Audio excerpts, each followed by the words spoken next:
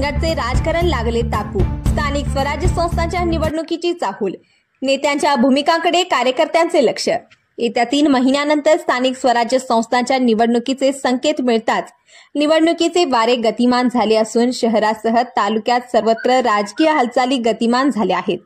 गेले काही महिने प्रशासकांच्या नियंत्रणाखाली असलेली नगरपंचायतीत आता पुन्हा लोकप्रतिनिधित्व करणार असल्याचे नागरिकांमध्ये निवडणुकांचा माहोल दिसून येत आहे। नगरपंचायत, पंचायत समिती व जिल्हा परिषदेच्या निवडणुकीची तयारी केलेल्या इच्छुकांसह तालुक्यात राजकीय घडामोडींना वेग आला आहे। स्थानिक स्वराज्य संस्थांच्या निवडणुकीत जुन्या अनुभवींबरोबरच नवीन चेहरेही मैदानात उडी घेण्याच्या तयारीत आहेत। नगरपंचायतीत 17 प्रभागासाठी 17 उमेदवार रिंगणात उतरणार असून पंचायत समितीला 8 गट तर जिल्हा परिषदेच्या 4 गटांसाठी इच्छुकांनी आतापासूनच जोरदार फिल्डिंग लावायला सुरुवात केली आहे।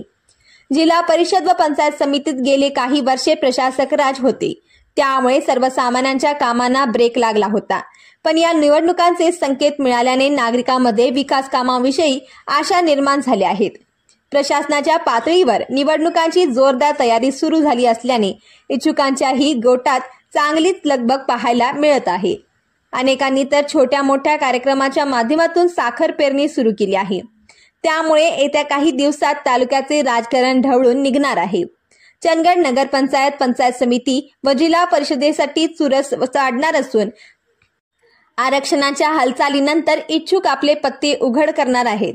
पंचायत समिती, जिल्हा परिषद, नगरपंचायतील नगरसेवक, गेल्यावेळी पराभूत झालेले उमेदवार तसेच काही नवीन चेहऱ्यांनी तर आपापल्या काही मर्जीतील लोकांना छुप्या पद्धतीने कामालाही लावल्याचे ऐकावयास मिळत आहे।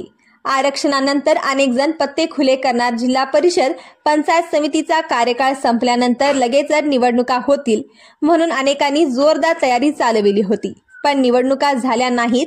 आता होणार असल्याने आपल्या वाट्याला कोणतं आरक्षण येणार याकडे इच्छुकांच्या नजरा लागून असून त्यानंतरच ते पत्ता खुले करणार आहेत।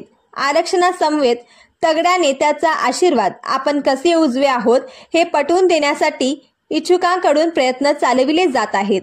त्यामुळे नेते कोणता निर्णय घेणार याकडेही अनेकांच्या नजरा लागून आहेत।